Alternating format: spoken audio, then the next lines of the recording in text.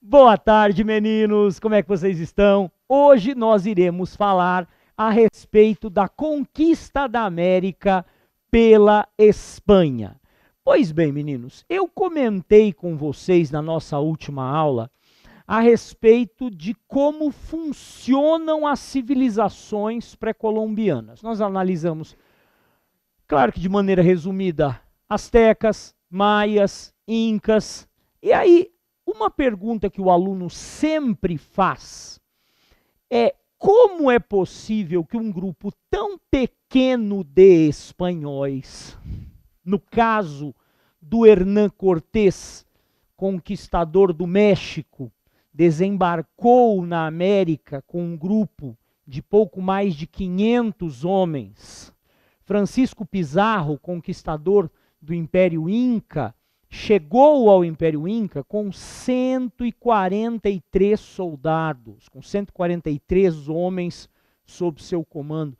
Isso assusta o aluno, porque a gente pensa da seguinte maneira: olha, os índios eram milhões. Os índios, numericamente, a superioridade era absurda. Os índios conheciam o terreno em que iam lutar.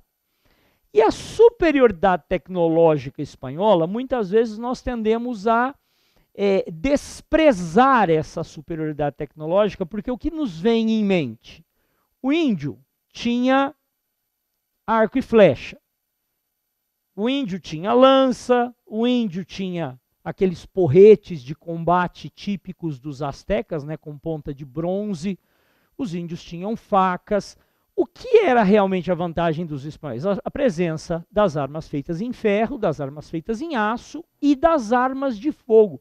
Mas as armas de fogo da época eram muito toscas, né? Era quase um minuto para você conseguir carregar uma. Então não era assim uma metralhadora.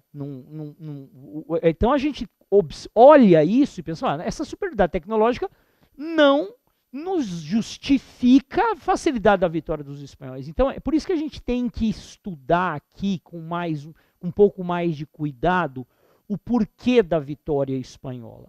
Meninos, para começar, eu acho que a gente pode fazer um resumo muito breve. A superioridade tecnológica, a questão da posse da arma de fogo, ela pode ser entendida sozinha. Será que só a posse da arma de fogo justifica alguma coisa? Na verdade, Arthur, a gente tem que combinar coisas. Quando os espanhóis chegam, o que é que os índios pensam a respeito dos espanhóis? Os índios pensam que os espanhóis são deuses. Então, o uso da arma de fogo apenas reforça essa ideia. Então, a gente não pode pensar na arma de fogo isolada do contexto. Tá? A gente não pode. Hoje, você vê uma arma de fogo, você entende exatamente o que ela é. Naquele momento, não. Os espanhóis possuíam cavalos. Será que o cavalo é um bicho tão assustador assim? Né? Será que o cavalo é um demônio infernal assim tão apavorante? Para o índio é um demônio infernal. Por quê? Porque ele nunca viu um cavalo na vida. E quando eles veem os espanhóis montados nos cavalos, eles acreditam que são seres absurdos, centauros. Né? Nós temos na mitologia grega essa expressão centauro, meio homem, meio animal. Então eles viam os espanhóis, eles acreditavam que eram criaturas medonhas, saídas do outro mundo. A transmissão de doenças que os espanhóis passam para os índios e que vai dizimar os índios. Então, se o cara já acredita, e a cultura asteca bate muito nisso, se eles já acreditam que o fim do mundo está se aproximando, a presença de grandes epidemias devastando boa parte da população reforça essa ideia. Então, os espanhóis são deuses. O que é que prova que eles são deuses? Olha as armas, olha os cavalos, olha a maneira como eles se vestem. Tá? E esses deuses pronunciam o quê? O fim do mundo. E o que comprova isso? Olha a epidemia de varíola se espalhando. Então, na realidade, as civilizações indígenas, elas desmoronaram diante da presença espanhola. Não é simplesmente uma questão militar, mas os espanhóis souberam usar as brechas que a cultura indígena lhes oferecia. Tá claro isso para vocês, meninos? Outro ponto importante é lembrar que o Império Azteca, tanto os astecas quanto os incas, não formam um império centralizado, ou melhor, não formam um bloco compacto. Tanto o Império Azteca quanto o Império Inca eram formados por uma colcha de retalhos de povos conquistados e que, em geral, não estão felizes com a presença do conquistador azteca ou inca. Então, principalmente os astecas, porque a gente fala do índio, o que vem na nossa cabeça é a tainá. E não faz mal para nenhuma mosca. Tá? Será que o conceito russoniano de bom selvagem se aplica ao Império Azteca? Mas de jeito, o capeta está mais próximo do bom selvagem do que os astecas. Com aquele negócio de sacrifício humano horroroso que eles praticavam. Então a gente não pode pensar, porque normalmente nós tendemos a ver dessa maneira. O espanhol conquistador é malvado, o índio, coitadinho, bonitinho, é a vítima. Não é bem assim. Os astecas haviam conquistado vários grupos que se aliaram alegremente aos espanhóis quando os espanhóis chegaram, que viram os espanhóis como uma possibilidade de se libertarem do domínio asteca. É claro que o que veio depois era pior, né? Era pior. Mas eles não tinham como prever isso. Tá? Se os astecas fossem legais, talvez a recepção fosse diferente. Tá? Então, para a gente entender o motivo da conquista, nós temos que combinar elementos. Superioridade tecnológica, o uso da religião do índio contra ele próprio, as divisões internas dos impérios e a transmissão de doenças. Então são 4 fatores que se combinam para provocar a ruína desses impérios pré-colombianos diante da presença espanhola. Aí não há como esperar que os índios efetivamente continuassem resistindo. Outra coisa também, meninos, nós não podemos tentar julgar. Eu digo para vocês assim, a gente olha os impérios astecas e incas e os vê como civilizações altamente desenvolvidas. Essa é uma visão apenas parcialmente verdadeira. Essa não é uma visão 100% correta. Quão desenvolvidas eram as civilizações asteca e inca? Se a gente for fazer uma comparação com civilizações da antiguidade europeia, eles estão no mesmo padrão de desenvolvimento tecnológico, a Era do Bronze, em que viveram os egípcios que construíram as pirâmides. E o antigo império, que é o período em que os egípcios construíram as pirâmides, ele termina com uma guerra civil nos idos de 2200 a.C. Então eu poderia dizer para vocês que o nível, a gente olha esses impérios e vê eles como altamente desenvolvidos. Havia aspectos em que eram altamente desenvolvidos, mas o seu equipamento militar continuava sendo de bronze. E os europeus abandonaram o bronze em favor do ferro em 1500 AC. Portanto, olha o desnível tecnológico. Os europeus estão 3.000 anos à frente deles em termos de tecnologia militar. Então, não são tão desenvolvidos assim. Não têm uma capacidade de avaliar. São estados teocráticos, altamente centralizados. Hoje, veja bem, nós temos lá a Declaração Universal dos Direitos do Homem e do Cidadão, né? Então está escrito lá, olha, tem a Declaração de Independência dos Estados Unidos, todo homem tem direito de resistir à opressão. Olha, isso é muito bonito, né? Todo homem tem direito de resistir à opressão. Ninguém é obrigado a se submeter a um governo não representativo. Nós temos o direito sagrado de nos rebelar contra a ditadura. Será que essa é a linha de raciocínio da população desses impérios? Qual que é? O que eles aprenderam? a obedecer. Eles são pessoas que obedecem, submetidos a um estado teocrático, onde o imperador é Deus vivo. O que os espanhóis fazem quando chegam? Capturam os imperadores. Ao capturar um imperador, se eu me apresento a vocês como Deus vivo na face da terra, vocês vão se rebelar contra mim? Claro que não. Aí chega um estrangeiro e me prega a fogo, eu caio mortinho da Silva. Ora, se o imperador que era Deus vivo não resistiu, imagina o Zezinho que é o camponês. Tá? Então não adianta lutar. É interessante a gente combinar esses elementos para a gente entender a velocidade da queda desses impérios. Meninos, então vamos começar falando a respeito do Império Azteca, que é no México. Gente, os espanhóis, desde sua chegada à América em 1492, os espanhóis estavam perambulando pelas ilhas do Caribe. Haviam centralizado a exploração colonial na ilha de Cuba, mas a maior ilha caribenha. Mas não há nada em Cuba que seja suficientemente interessante. Não há riqueza, não há ouro, não há prata em Cuba. Portanto, a colonização espanhola, ela não vai 100% bem. Mas os espanhóis estão organizando algumas expedições para fazer o reconhecimento da área da América continental.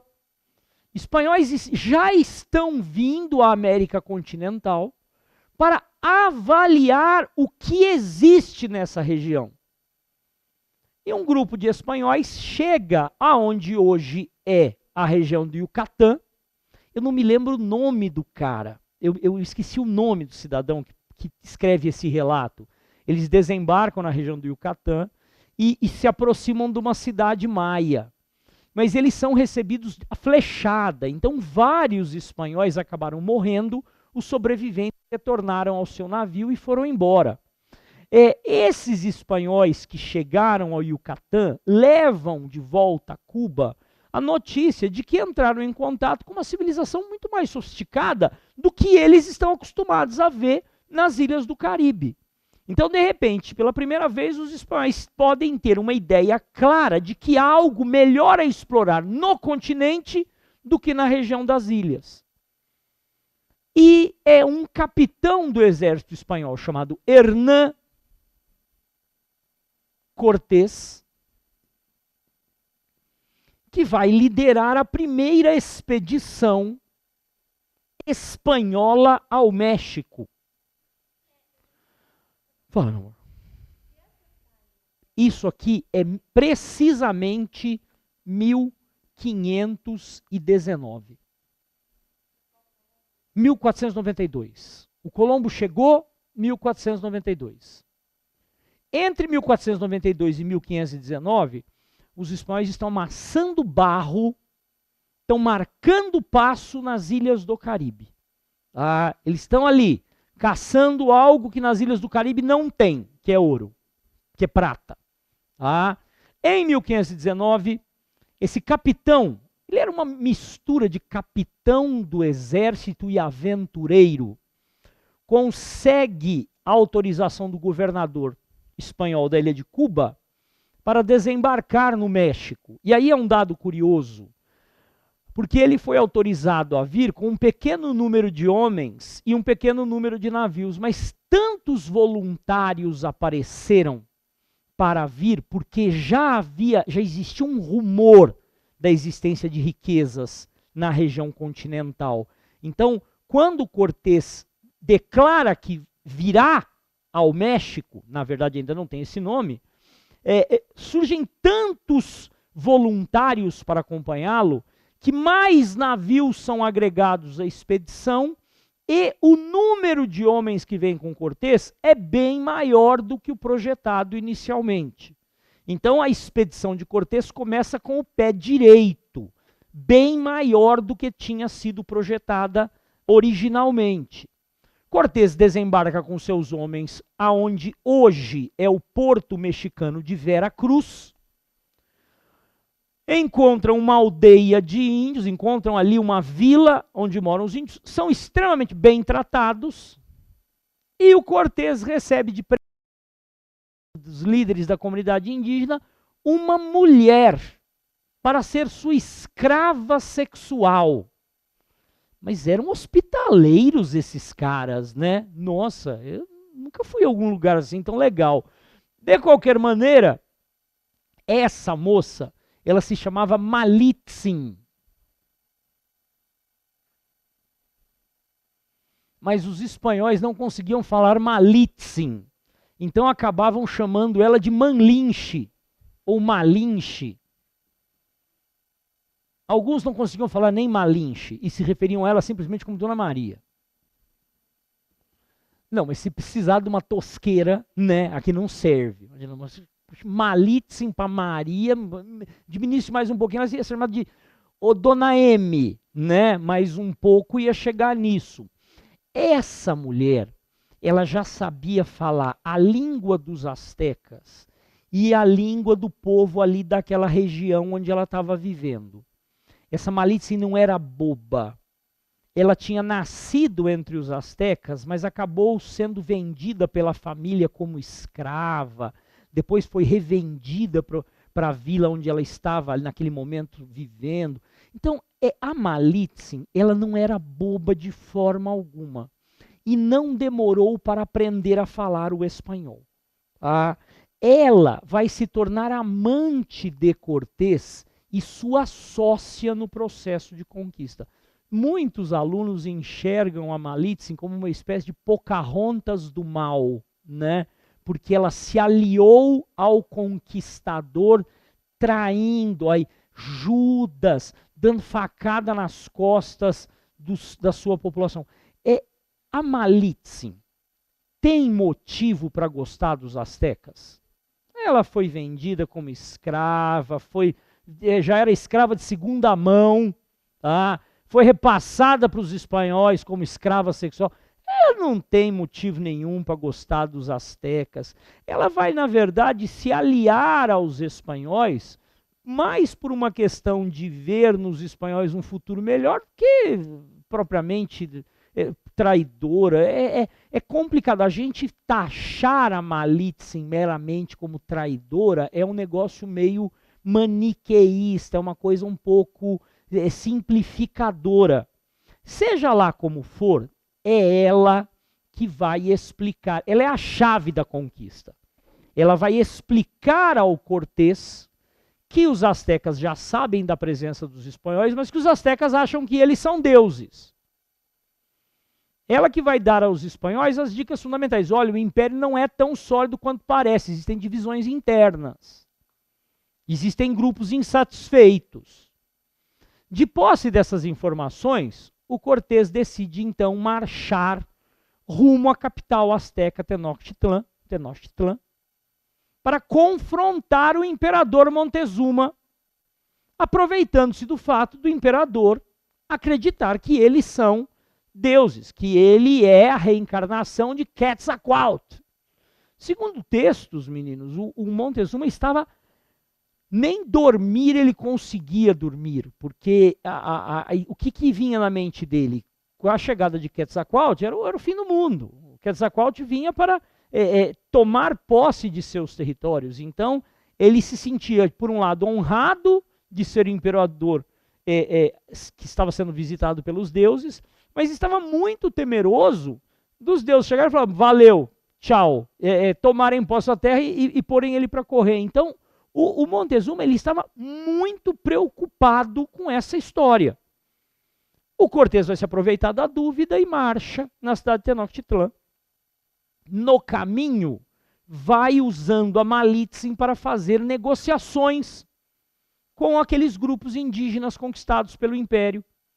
Vai usando a Malitzin, para os astecas, o Cortés se vende como Deus vivo. E para os povos conquistados pelos astecas, ele se apresenta como libertador. E aí o que acontece? Chega a Tenochtitlan, é extremamente bem recebido pelo imperador Montezuma. Os homens de Cortés e seus homens se aproveitam e aprisionam o imperador, tomam o imperador como refém e exigem que o imperador lhes mande trazer todo o ouro, toda a prata possível, e vão acumulando riquezas enormes. Aqui, meninos, há uma passagem, eu não sei nem se vale a pena a gente se alongar, as coisas estavam correndo muito bem, os espanhóis estavam deitando e rolando, já tinham dinheiro para torrar, já tinham ganhado na Mega Sena acumulada 10 vezes seguida, nessa altura do campeonato. Só que o governador lá de Cuba enviou tropas, porque ele queria substituir o Cortés, que ele não considerava o Cortés um homem de sua confiança. Então, na verdade, o governador dele de Cuba envia uma segunda unidade de tropas para substituir o Cortés de seu comando. Cortés vai de encontro, Cortés sai de Tenochtitlan e vai de encontro a essas tropas recém-chegadas e consegue, através do suborno, convencer essas tropas a se aliar a ele. Então, as tropas que o governador envia contra Cortés, Cortés consegue trazer para o seu lado.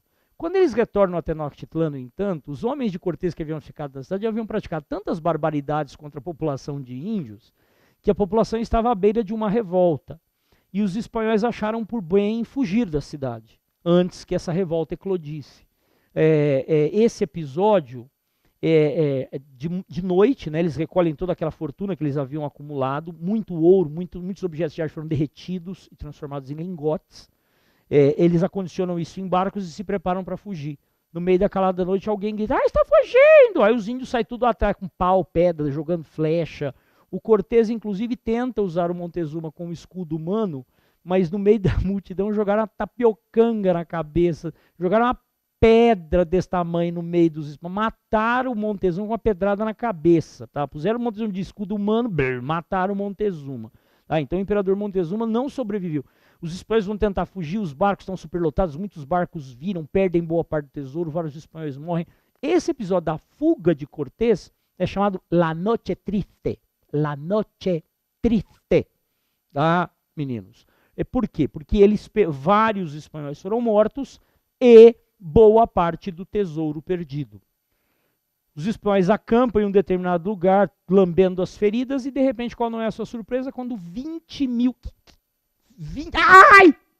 Quando 20 mil índios se aproximam. Ai, fudeu! 20 mil índios! Meu amigo Cortés Min vem lutar contra o Império Azteca. Opa!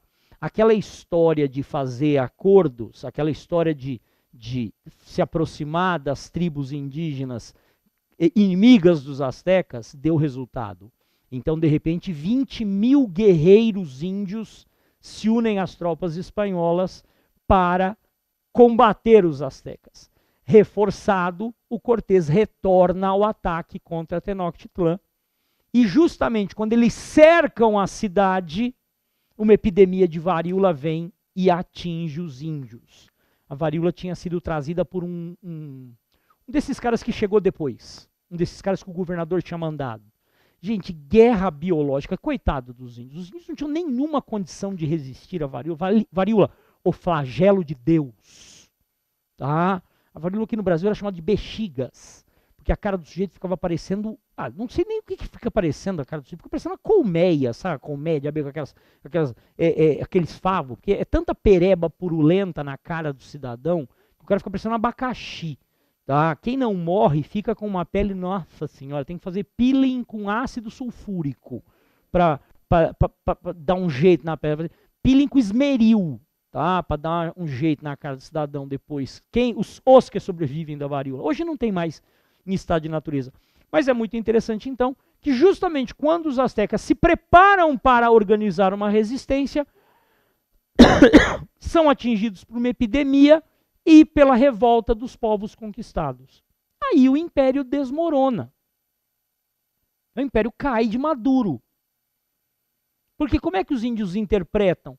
A gente achava que eram deuses. Aí a gente deixou de achar que eram deuses. Expulsou os caras, escorraçou eles a pontapé. Aí vem uma epidemia dessa. Eram deuses, a gente que se deu mal. Então a chegada da epidemia reforça a ideia de que o fim do mundo se aproxima. Em 1521, portanto, o Império Azteca deixa de existir, conquistado pelos espanhóis. Quase que caiu no chão. Tá? Meninos, o Cortés, então tá, o Império Azteca é conquistado. Cortés encheu navios de tesouros, enviou para o rei da Espanha, que imediatamente se tornou seu amigo fiel pela vida inteira. Nossa, não estou brincando, depois eles brigaram. Imagina se alguém enche um navio de tesouro e me manda de presente. Nossa, é meu amigo, pode ser até pode ser uma Kombi, né? Não precisa nem ser um navio, tá? Eu já tatuaria o nome do cara no peito aqui, né? Não tem amigos foreves, tá? Menor problema. O Cortés tinha um parente meio distante, um carinha chamado Francisco Pizarro. Se não me engano, eles eram primos.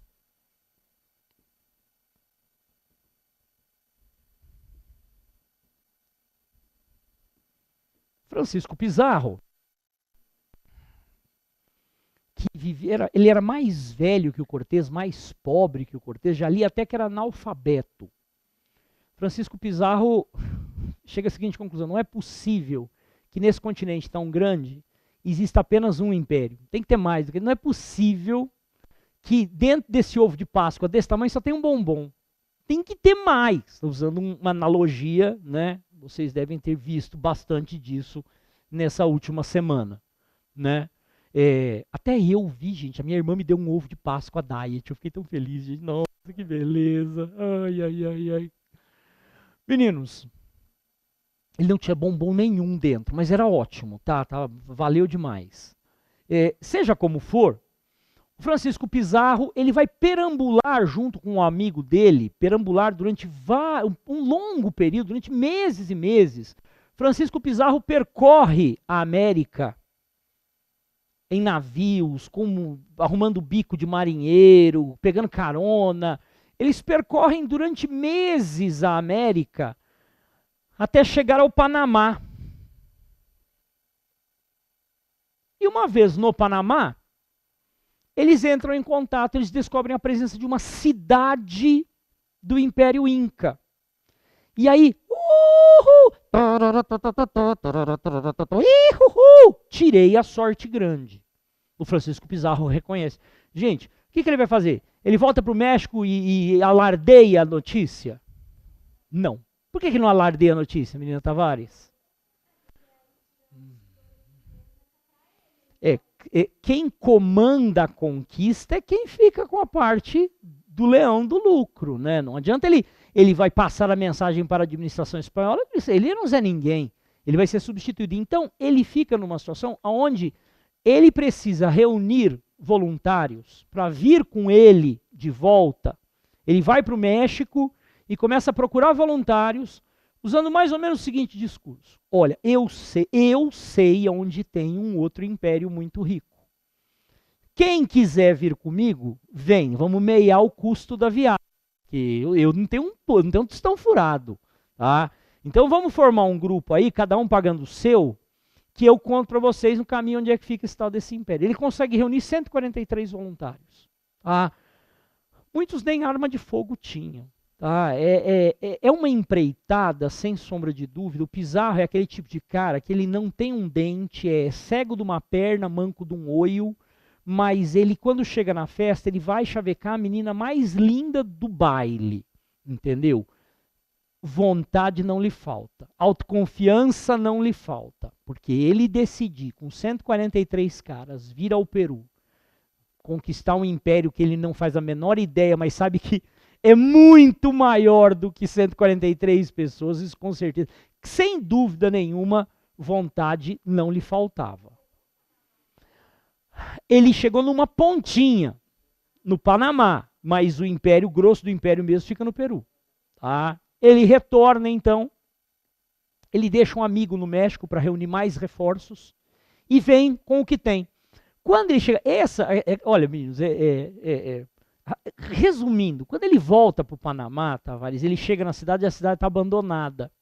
Ele chega na cidade, aquela bola de palha, a cidade elas portas. O que aconteceu com a cidade? A cidade está abandonada, a cidade virou cidade fantasma. Eles ficaram fora um tempo, quando voltou, cadê a cidade? Meu Deus, cadê a cidade? Ai, gente, não me lincha não, eu juro que aqui deve ter um império muito rico, mas não sei, a gente poderia... Aí de repente atrás da moita sai aquele cara magrelo, né? Aquela bermuda toda rasgada com uma barba, uma bola escrito Wilson embaixo do braço. Eu sei o que aconteceu. Ai, o que é isso? O que é isso? Eu não sei, gente, eu tenho medo de ser processado por causa desses filmes aí, mas continuando, o que é isso? Gente, o Pizarro descobriu um náufrago que estava vivendo ali na região há anos. Era um espanhol, cujo navio tinha naufragado, ele tinha chegado lá e estava vivendo no meio dos incas e até tinha aprendido a falar o quichua. Tá? Então, o tal do náufrago vai servir para o Pizarro como a Malitzin, descontando a questão sexual, como a Malitzin serviu ao Cortês. Bom, pelo menos eu não sei, né? Mas acho que não. Tá? O cara fala, hoje, velho, você não sabe o que aconteceu. Veio a varíola. A varíola veio descendo do México na direção da América do Sul e chegou aqui, fez uma desgraceira, matou gente, matou até o imperador. Matou até o imperador. O imperador tinha 2 filhos, os 2 filhos se pegaram. Tá? Huáscar e Atahualpa se pegam em uma guerra civil extremamente sangrenta que vocês estão mutretando. Huáscar e Atahualpa se pegam em uma guerra civil devastadora. Então, primeiro o império é atingido por uma epidemia de varíola, depois ele já entra numa guerra civil. É a clássica história do desgraça pouca é bobagem. Por isso que a cidade estava esvaziada, porque boa parte da população do império morreu. Gente, Atahualpa, Atahualpa significa, acho que é beija-flor de penas azuis. Beija-flor de penas azuis. Isso não é um nome legal para o imperador. Ai, eu sou imperador ursinho fofinho, né? Cacique, touro feroz, grande chefe, urso guerreiro. Ai, eu sou o pandinha feliz, né? Não cabe. Ai, eu sou o golfinho carinhoso, né? Não fica bonito. Beija-flor de penas azuis, é esquisito, né? Eu não me lembro se é penas azuis, mas é beija-flor alguma coisa. Bom, tá. O Atahualpa derrotou o irmão Huáscar e tomou conta do império. Ele é agora o imperador. Quando o Pizarro chega, ele fala, vou me apresentar ao imperador como sendo Deus. E eles sobem os Andes. Deve ter sido uma jornada épica, né? Eles sobem as montanhas até onde estava acampado o imperador com seu exército. Alguns autores falam que o exército de Atahualpa era composto de 100 mil homens. Eu não sei se isso era um número exagerado. E o Atahualpa recepciona os recém-chegados com todo mundo achando que eram deuses. Os espanhóis se apresentam ao imperador se dizendo deuses, vão ao acampamento, montados em seus cavalos, os índios. Gente, eu sempre brinco com os meus alunos, dizendo assim, olha, o índio que via um cavalo e não mijava na calça é porque ele não estava usando calça. Tá? Os índios tinham pavor dos cavalos, então, nossa. E o Pizarro convida o Atahualpa a conhecer seu acampamento no dia seguinte. E o desgraçado Atahualpa vai. E aí os espanhóis armam uma emboscada. O Atahualpa chega com uma escolta de 6 mil homens, mas eles são recepcionados a tiros de canhão. Aquilo vira um inferno. No final das contas, a escolta é massacrada e o imperador é capturado. E aí a história é fantástica, né, meninos? Eles chegam o Atahualpa não era trouxa. O Atahualpa logo entendeu o que os espanhóis queriam. O Atahualpa fez uma oferta aos espanhóis. Falou assim, olha, eu faço o seguinte, olha, eu encho essa sala de ouro, vocês me libertam? Vixe, nossa, se encher essa sala de ouro, claro, né, ainda te dou um beijo. Enche essa sala de... Então o Atahualpa fez um acordo. Durante 6 meses os índios trouxeram ouro, encheram a sala de ouro. Era ouro para mais de metro. E aí, fiz a minha parte. Agora vocês vão me libertar? Claro que nós vamos te libertar. Vamos te libertar dessa vida terrena maldita, né? Enforcaram Atahualpa e o esquartejaram. Por que esquartejaram Atahualpa? Não, Tavares, isso que era engraçado. É porque você tem que sacanear o cara, Não adianta você sacanear o cara enquanto ele está vivo, tem que sacanear depois de morto. Porque os índios acreditavam na mumificação. Lembra, os incas mumificavam os seus mortos. Então, para não poder nem mumificar, eles pegaram e fatiaram o cara no fatiador de mussarela, né? Passaram o cara no fatiador de mussarela. Que beleza, né? Meu Deus do céu, só faltou pegar, juntar os pedaços e pregar um sou gay, me chute, né? Me dê para os cachorros, tá? Que coisa maravilhosa, né? Ele foi garroteado. Um dia eu ensino para vocês como garrotear uma pessoa, tá? Você tem que amarrar ela num pau, tá? Você tem que amarrar ela num pau. Aí aqui tem o pau, né? Ai, socorro, tá amarrado. Aí você passa uma corda e aí você vem com outro pau. E aí você dá o laço aqui e aí você começa a girar. Você entendeu? Isso chama garroteamento. É isso aí mesmo, enfia, regala os olhos. Tá? Então você tem um pau aqui, o cidadão aqui, aí você amarra o laço, e aí você passa um outro, e começa a girar, apertando o pescoço. Isso chama garroteamento. Se você levasse um tiro na perna, a gente teria que garrotear a sua perna. Fazer isso para estancar o sangramento. Mas a perna vai gangrenar, eu vou perder a perna. A outra opção é morrer. Tá? Uma é ficar perneta, a outra é morrer. Tá? Nenhuma das duas é boa, não leva tiro não, tá? Meninos, de qualquer forma, a morte do imperador Atahualpa praticamente desarticula o Império Inca. O Império Inca desmorona rapidamente. Os espanhóis demoraram algum tempo para conquistar todas as cidades. Se bem me lembro, a última cidade Inca caiu sob domínio espanhol, Vilcabamba, caiu em mãos dos espanhóis em 1572, porque elas eram muito isoladas, eram muito distantes, tá? Mas a morte do Atahualpa simbolicamente marca a conquista dos incas pelos espanhóis. Agora, o interessante é o fim dos dois. Gente, o Pizarro, eu estou fazendo alguma coisa de errado. O menino lá não para de regular a câmera. É porque eu fico me mexendo muito? Ah, beleza. O que acontece, gente? O que aconteceu com o Cortés depois da conquista? Ficou rico. Foi designado governador da região lá que ele conquistou, explorou a riqueza da região. Mais tarde, ele brigou se desentendeu com a administração espanhola e foi destituído de seu cargo. Tá? O Pizarro, nem isso. Lembra que no começo da história eu falei que o Pizarro tinha largado um amigo no México para juntar mais voluntários para vir até o Peru? Quando esse grupo chegou, a conquista já tinha sido feita.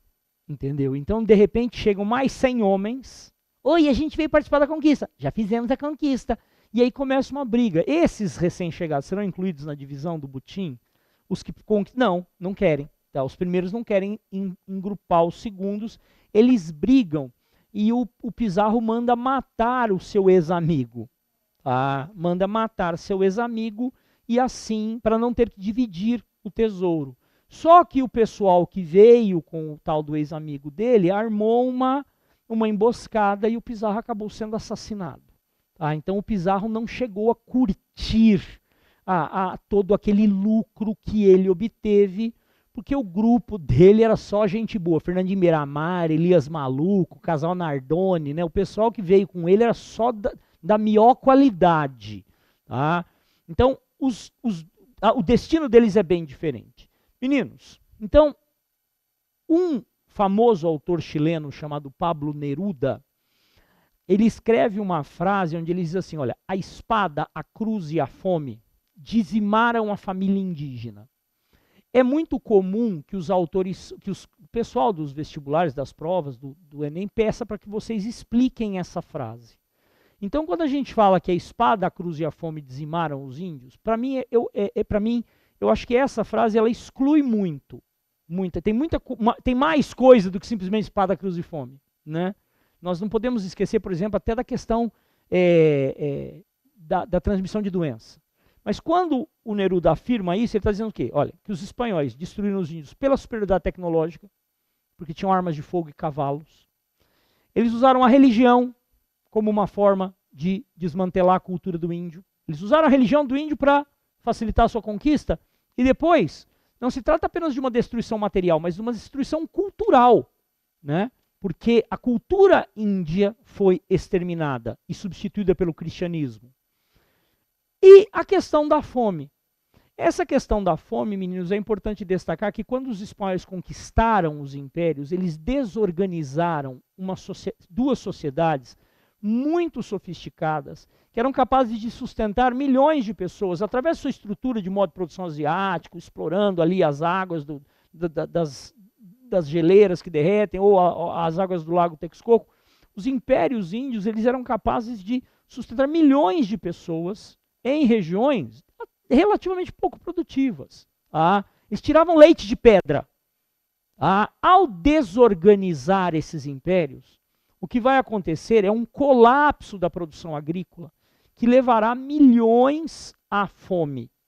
Então, os espanhóis, quando chegaram, mataram muita gente? Sim, mas muito mais gente vai morrer depois da conquista por conta da bagunça que os espanhóis acabaram fazendo. E aí nós vamos falar mais sobre isso quando falarmos da administração espanhola. Podemos encerrar por hoje, meninos? Um abraço gigantesco para vocês e até mais.